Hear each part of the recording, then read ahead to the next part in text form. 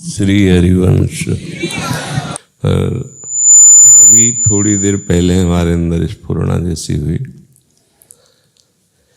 हमने गुरुजनों को भी देखा है, स्वयं भी ऐसा किया और बड़े बड़े महापुरुषों को भी देखा है।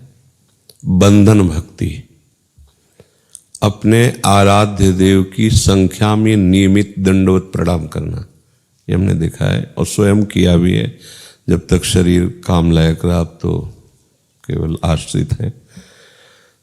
अपने सदगुरुदेव भगवान को भी देखा है लाडली कुंज में श्रृंगार के बाद 21, 51 या 108 दंडवत करते हुए देखा है। 1 घंटा 1.5 घंटा दंडवत ही कर रहे हैं। और ब्रज 84 कोष में जब गए तो साथ में सेवा रही, तो सेवा पधरा करके फिर दंडवत महाराज जी का नियम रहा। अब शरीर की अवस्था के अनुसार हो सकता है कम ज़्यादा। तो हमें ऐसा लगता है कि अपने सब साधक जवान हैं। हम संख्या नहीं बता रहे, आपको करना ही है समय देख के। जैसे श्रृंगार हुआ, आरती हुई, कीर्तन हुआ, नृत्य हुआ और सब चले गए। अब ये राजभोग तक समय है, जो बीच में किसी को दर्शन करने, उसके बाद जब यहाँ केवल कीर्तन हो रहा हो बस, तो 4 परिक्रमा की श्री जी की और एक नियम अंदर लो। 11 दंडवत, 21 दंडवत, 51 दंडवत नियम से, साष्टांग दंडवत। एक दंडवत की महिमा बहुत बड़ी गाई गई है।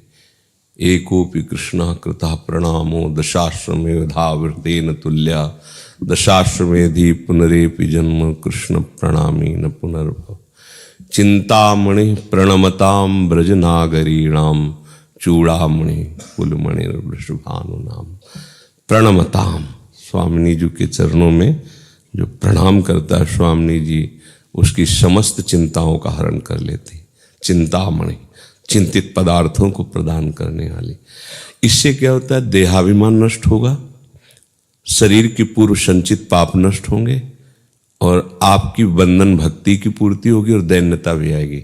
देख लेना आप, दंडवत करते करते हर दंडवत का यही नियम कि अपने आराध्य देव का दर्शन कर। जब दंडवत हुआ, खड़े हुए दर्शन के, फिर तो आप देख लेना कुछ और ही नजर आने लगेगा। हाँ, अगर रोना आ जाए तो जान लेना हमारी दंडवत सार्थक हुई। करते करते एकदम हृदय द्रवित हो जाए, ऐसा लगे कि अब देख लो लाडली जो आप होगा। ये पूर्व वैष्णव रसिक महापुरुषों ने ऐसा किया है। अपने सब जवान हो, एक क्रम रख लो अलग अलग समय का। अब जैसे उत्थापन से लेकर के और सत्संग तक शाम के जो होता है, सब लोग रहते हैं। फिर कीर्तन वाले केवल ही रहते हैं। अब उस समय से लेकर शयन तक आपके पास समय।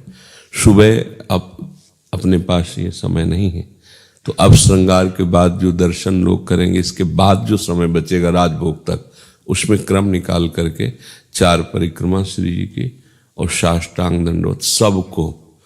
जिनके किडनी खराब है, जिनके शरीर खराब हो तो बात अलग है। बन पाएगी तुमसे है? अच्छा, नहीं तुम कहते थे हो ना कि ऐसे।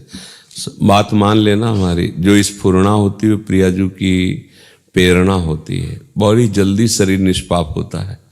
हाँ, बहुत बहुत जल्दी प्रभु प्रसन्न होते हैं। बंधन भक्ति है ना ये। और ये वैसे तो भगवान आदेश करते हैं एकादश स्कंद में कि सामने कोई भी प्राणी साष्टांग दंड, आदेश है ना। इतनी क्षमता तो नहीं अपने में कि हर जीव को साष्टांग दंड, भगवान का आदेश है, पर चलो इतनी नहीं तो हम अपने प्रभु को, आराध्य देव को 4 परिक्रमा करके 11, 21, 51, किसी की तरफ देखना नहीं है। बस अपने जो निज मंत्र मिला है या शरणागत मंत्र जिनको, तो मंत्र जपते हुए उठे, मंत्र जपते हुए लेटते, और लेटते समय उनकी तरफ देख करके लेटे, फिर उठे, फिर उनकी तरफ देखा। तो ये किया जाए आज से। और जो सखी स्वरूप शरीर से है वो पंचांग दंडवत करें, तो वो भी कर सकते हैं। हाथ जोड़कर खड़े, पंचांग प्रणाम किया, फिर हाथ जोड़ के खड़े। यहाँ समय न मिले तो अगर जो लोग अपनी कुटिया में श्री जी विराजमान किए हैं, तो उनको श्रृंगारित करके उनकी दंडवत। ये दिखावे के लिए नहीं है, दिखावे से अलग ही है। इसका मतलब बहुत बड़ा प्रभाव होता है। आप देखना जैसे वैद्य औषधि का विचार करके देता है ना, तो ऐसे ही श्री जी हमारी सद्वैद्य हैं। वही अब श्री जी बोलेंगे तो आप सुन नहीं पाओगे, बोल रहे हैं सुनो, नहीं सुनाई देगा। तो श्री जी सदगुरु के रूप में संतों के मुख में बैठकर अपनी बात कहा देते हैं। जैसे भगवान अर्जुन जी से कह रहे हैं कि मन मना भो मद भक्तो माद्याजी माम नमस्कुरु। उनको नमस्कार करवाने की जरूरत है? अरे ब्रह्मा शिवादि नमस्कार करते हैं, औरों की बात क्या है। एक एक वायु का, एक एक प्रकृति का हर उनको नमस्कार कर रहा है, उन्हीं की तो प्रणति है। पर वो कह रहे देखो तुम मेरी बात मान लो, तुम मुझे प्रणाम करो। ये जानते हो क्या है? बहुत प्रेम उत्पन्न होने पर प्रभु कह रहे हैं तुम मेरे में मन लगाओ, मेरी पूजा करो, मेरे को प्रणाम। उनको प्रणाम की जरूरत नहीं, लेकिन वो सब शास्त्रों का सार बता रहे हैं। हमें लगता है गीता जी में 2 बार ये श्लोक है क्या, मन मना भो मद भक्तो माद्याजी माम नम। भगवान आंतरिक बात बताते हैं। तो हमने अपने सदगुरुदेव भगवान को भी 10वें वर्ष नियमावली में देखा है, और हमें लगता है कि लगभग आप सब जितने भी साधुजन हैं जवान ही हैं, 2-4 को छोड़ करके। तो उनकी बात अलग है, जैसा उनको शरीर, लेकिन आप सब ऐसा नियम धारण करें कि 21-11 जैसा आपको श्री जी प्रेरित करें, आप दंडवत ये शुरू कीजिए। इससे बहुत जल्दी अंतःकरण निष्पाप होगा, बहुत जल्दी इससे आपके अंदर दैन्यता है। ये अहंकार ही प्रियालाल के मिलने में बाधा है, ये नष्ट हो जाए तो सब बात बन जाए। देखो आचार्य महापुरुष जन जो प्रकट हुए हैं उनकी दैन्यता देखो। महाप्रभु चैतन्य देव गंगा किनारे निकल जाते, जितने वैष्णव आते सबको साष्टांग प्रणाम कर, सबकी चरण रेकर माथे पर लगाते, सबसे रो रो कहते आप सब कृपा करो, मुझे कृष्ण प्रेम की भिक्षा दे दो, मुझे कृष्ण प्रेम दे दो। ऐसे तो सब लोग कहते क्या हो गया निमाई पंडित को, सबके चरणों में लौटते मुझे कृष्ण प्रेम दे दो, मुझे कृष्ण प्रेम दे। सब वैष्णव कृपा करो, मुझे कृष्ण प्रेम दे दो। और प्रेमा अवतार है, वो स्वयं प्रेम के वपु हैं, लेकिन कैसी आचार्य है ना, आचरण करके बता रहे। वैष्णव कैसा, या तो ईर्ष्या द्वेष होता है, एक साधु दूसरे से ईर्ष्या करना चाहता है, द्वेष। कहाँ भक्ति, भक्ति का स्वरूप सबके मुख से अगर नाम निकल गया तो ऐसा लगता है उसका चरणामृत ले लो, चरण क्या सेवा करूं इसकी, हमारे प्रीतम का नाम सुना दिया, ये राधा बोलता है, इसकी चरण रज माथे। ये भक्ति का स्वरूप है। मतलब जो भगवान कह रहे समस्त ज्ञानियों में, तपस्वियों में, योगियों में, कर्मकांडियों में जो मुझे बहुत प्रिय है, मेरे मत में सबसे बड़ा वो यही जो मत मेरा भजन करता है, मेरे आश्रित रहता है, मेरे बस भगवान की बात समझो। ये भगवान कृपा करके कह रहे हैं, नहीं तो उनकी शक्तियाँ ऐसी हैं कि वही तुम्हें घसीटे हुए, उनको कहने की जरूरत नहीं। और एक शक्ति माया है, अनंत ब्रह्मांडों को हिला के रख दिए। एक शक्ति है, कोई विजय से प्राप्त, भगवान कहते हैं मामे हुई प्रपद। देखो कितनी कृपा है, भटको मत, मेरे चरणों का मुक्त हो जाओगे। दैवी ईर्षा गुणमयी मम माया दुरत्या मामे ये प्रपद्यन्ते माया में था। ये तुम्हें मोह नष्ट करने के लिए कोई परेशानी, भगवत चर्चा करो, मोह नष्ट हो जाएगा। तुम्हें महाबलवान बनना है, नाम जप करो, बहुत बड़े बलवान बन जाओगे। तुम्हें सब सिद्धियां चाहिए ना, मेरे चरणों में है। भगवान कह रहे मेरे चरणों का आश्रय ले लो, जो चाहोगे अब ले तो आश्रय। अब जगत का आश्रय, प्रपंच, देहाभिमान कैसे, शुद्ध सच्चिदानंद को कैसे प्राप्त करें। बिल्कुल जो बात आवे उसमें देखो, गुरुजनों के, संतों के वचनों को ऐसे पकड़ा जाता है, गांठ बांध ली जाती है कि सब कुछ चाहे छूट जाए। आदेश में अनुमति लेने की जरूरत नहीं होती दोबारा कि ऐसा ऐसा कर, आदेश में नहीं होता। जब कभी किसी को आदेश हो तो उस पर कभी प्रश्न नहीं होना चाहिए। आदेश जो होता है वो कृपा शक्ति से प्रेरित होता है।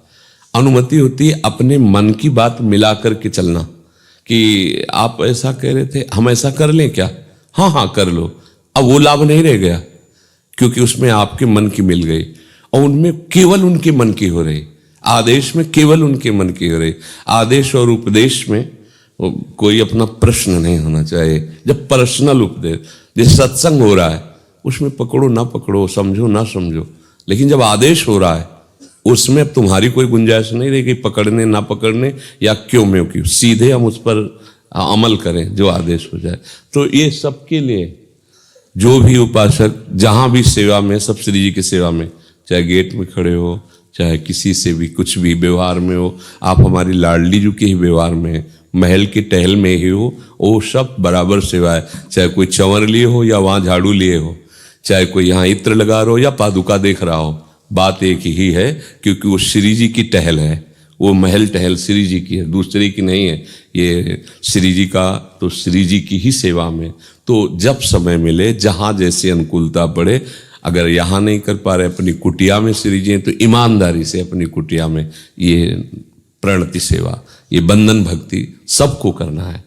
जो शरीर से असमर्थ है तो दुर्भाग्य है कि नहीं कर सकते, इसलिए आप लोगों से प्रार्थना करते हैं कि आप लोग इस पर ध्यान दीजिए। ये बंधन भक्ति है और बहुत महत्वपूर्ण है और बड़ी महिमा में है। इसको आप, और जो चीज पकड़े तो जब तक शरीर उस काबिल रहे तब तक करता ही रहे। महापुरुषों के जीवन में पाया गया कि जो गुरुजनों ने आदेश कर दिया तो वो जीवन भर उसको स्वीकार किए रहे। मतलब ये नहीं कि 2-4 दिन देखा तो 10वें दंडवत कर रहे, फिर धीरे धीरे कम हुई, फिर बंद हो गई, फिर भूल गए। ऐसा नहीं होना चाहिए। हमने श्रीधर बाबा को देखा है, ये महापुरुषों की बातें हैं। 1 बजे तक उनकी एक दिनचर्या थी, 1 बजे तक करने के बाद फिर पकड़ा के अपने को ले जाते परिक्रमा मार्ग में, लौटते और दंडवतें करते, फिर वहां से आते अपने ठाकुर जी की परिक्रमा करते और चरणामृत डालते, फिर प्रसाद। तो एक दिन कुछ लोग आ गए तो चरणामृत बट गया और पता नहीं क्या हुआ, चरणामृत नहीं था। तो बाबा करके आए, फिर उधर हम भिक्षा मांगने जाते थे तो दोपहर को मिलते, तो रात्रि में जाते थे चरण सेवा करने के लिए। तो बाबा ने कहा चरणामृत, तो बोले बाबा आज तो चरणामृत। बोले कोई बात नहीं, ठाकुर जी की जैसी इच्छा। तो आ गए अपनी कुटिया। बोले बाबा प्रसाद, बोले नहीं, अब कल चरणामृत मिलेगा तब प्रसाद पाए। निष्ठाएं देखो, चरणामृत नहीं गया तो अन्न नहीं रखा, दूसरे दिन, और ये नहीं कि उतार के चरणामृत दे दे, कोई बाजार की चीज है। अरे श्री जी का प्रभु का श्रृंगार हो गया, अब ये थोड़ी कि बार बार स्नान, एक समय है, चूक हो गई, नहीं बचा तो बाबा भूखे रहे। नियमावली, मतलब अंतिम समय तक संतों की एक नियमावली होती है, अगर वो चलने लायक है तो ऐसा करते हैं। तो इसलिए आप सबको भगवान ने विश्वस्तता दी है, शरीर अनुकूल जवान हो तो आप खूब कमाओ, ये कमाई है। एकांत में आप सोचो, वो बेचारे बड़े अभागी हैं जो भगवान के नाम को नहीं कमा पा रहे हैं। यहां से जाएंगे उनकी कमाई कुछ नहीं है, कुछ नहीं, कितना बड़ा घाटा। ये औसत देवता तरसते हैं कि मुझे मृत्युलोक में मनुष्य शरीर मिले, जिन सुकृतों के बल से हम स्वर्ग का भोग भोग रहे, इनकी क्या बात, मैं भजन करके नारायण के धाम जाऊंगा, भगवान के धाम, पर अवसर नहीं। अपने को अवसर मिला है तो कमाई नहीं कर रहे। एकांत में सोचो तुम कितने बड़े धनी बन सकते हो। राधा राधा राधा राधा राधा राधा, जो चाहो खरीद लो, भगवान को खरीद लो। भगवान श्री कृष्ण कहते ना, मेरा मूल्य है निश्चित किया हुआ राधा नाम। हे चूको मत, कभी खाली मत रहो, नाम जप, ये जीवन सार्थक कर लो। हम कहते हैं एक भजन करता है तो सृष्टि को हिला सकता है, एक भजन करने वाला। तुम तो सैकड़ों, अगर सच्चाई से ईमानदारी से भजन करो तो झलकने लगेंगे प्रिया प्रीतम, तुम्हें कहीं दूर थोड़ी भासेंगे, तुम्हारे नेत्रों में झलकने लगेंगे। पक्का समझो। इसलिए बिल्कुल प्रमाद नहीं, बिल्कुल आज्ञा उल्लंघन नहीं, किसी से कोई मतलब नहीं, बस अपने लगे रहो। एक एक सेकंड का, देखो गुरुजी कह रहे थे ना, एक एक सेकंड का हिसाब होगा, एक एक सेकंड का। और जब मालिक हिसाब करेंगे, उदार शिरोमणि निहाल हो जाओगे। ये लोग आज की इस वीडियो में पूज्य महाराज जी ने दंडवत प्रणाम की महिमा का वर्णन किया है। वे कहते हैं कि अपने आराध्य को नित्य प्रति 21 या 51 दंडवत करने वाला व्यक्ति निष्पाप हो जाता है। उसके ऊपर प्रियाजू या प्रिया लाल की कृपा यूं ही हो जाती है। इसलिए आप भी अपने इष्ट देव को नित्य प्रति दंडवत प्रणाम करने का प्रयास कीजिएगा, फिर देखिएगा आपका जीवन कैसे बदलता है। जय श्री राधा रानी माता।